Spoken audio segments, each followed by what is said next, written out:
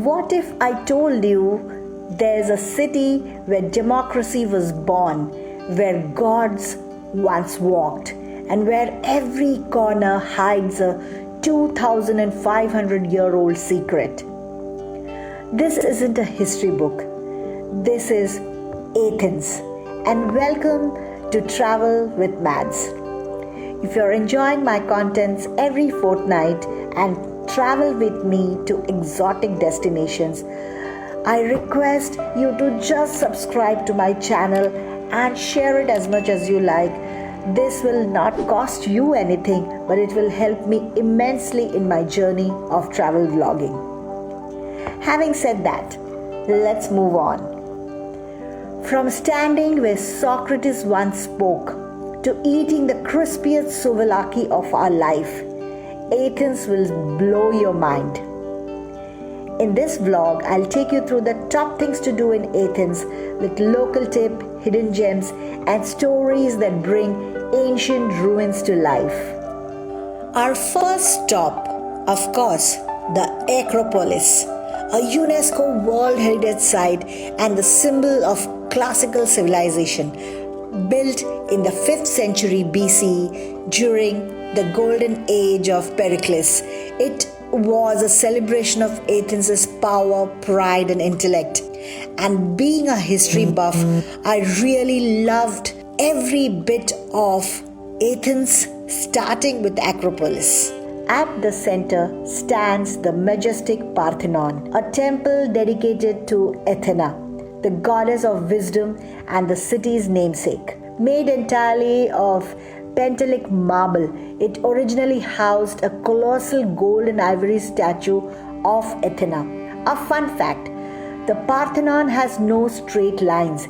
Everything is subtly curved to create the illusion of perfection from every angle. Greek architecture was much ahead of its time. Nearby, the small but mighty temple of Athena Nike commemorates Athenian victories in battle. It's perched at the edge of a steep cliff, reminding us that beauty and strength often go hand in hand. Below the Acropolis is the Theatre of Dionysus, considered the world's first theatre. Imagine watching the tragedies of Sophocles and Euripides performed here over 2,000 years ago. It's just out of the world experience. Next, we explored the ancient Agora, once the bustling center of political, commercial, and social life. This is where Socrates philosophized, Plato strolled, and democracy was born. The Stoa of Achilles, now a museum, has been beautifully restored and gives a glimpse into ancient marketplaces.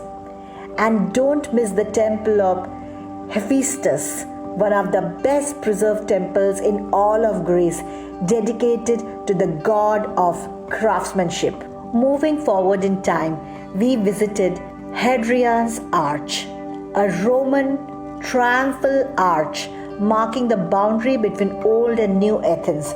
Just behind it stands the temple of Olympian Zeus, one of the largest temples in Greece. Today, only 15 massive Corinthian columns remain, but they still tower like giants. Don't forget to visit the Pantheonic Stadium, the only stadium in the world built entirely of marble. This isn't just any sports arena. It's where the very first modern Olympic Games were held in 1896. But its roots go even deeper, all the way back to ancient Greece, when it hosted athletic competitions in honor of Athena. As the sun dipped, we wandered through Plaka, the oldest neighborhood in Athens. We ended our Athenian adventure on a rooftop, gazing at the glowing Parthenon as we dined on moussaka, saganaki, and local wine. In Athens, the past is not behind you, it surrounds you. When we were in Athens, we made sure to carve out a full day for something truly special, a trip to Delphi. In ancient Greek times, Delphi wasn't just a sacred place, it was believed to be the literal center of the world. The Greeks even called it the omphalos or navel. It was the spiritual and cultural heart of ancient Greece, and once you visit, it's easy to see why. Our guided tour started at the archaeological site set on the slopes of Mount Parnassus with breathtaking views all around. The air felt different here, charged with stories and mystery. As we walked through the ruins, our guide brought ancient Greece back to life. We saw the monument of the Argive kings and a tribute to the legendary rulers of Argos, and the Athenian Stoa, where offerings to the god once lined marble halls. But you know what the real highlight was? The Temple of Apollo. This is where the Oracle of Delphi, perhaps the most famous prophetess in history, once sat, whispering cryptic prophecies to kings, generals, and philosophers. People would travel for days, even weeks, to seek her advice before major decisions.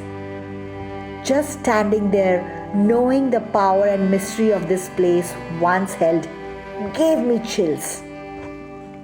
We explored the Delphi Archaeological Museum, which houses some stunning finds from bronze charioteers to voting offerings that show how deeply the Greeks revered this site. And after the history and ruins, we had time to stroll through the modern village of Delphi, nestled in the mountains. If you are in Athens, don't miss Delphi. It's a day trip, but it feels like time travel. Athens taught us that history isn't just in the past, it lives in the present. And Delphi, it reminded us that some places don't just tell stories, they whisper legends. The gods may be silent now, but their stories still echo through the stones, the streets, and the skies. But wait, this is only part one, because next we chase sunsets and salty winds in the islands of Mykonos and Santorini. If Athens is the soul of Greece and Delphi its ancient heart, then Mykonos and Santorini are the dreams you never want to wake up from. See you in part 2. Subscribe to my channel. Don't miss the island magic next fortnight. Bye bye for now. Travel well and stay connected.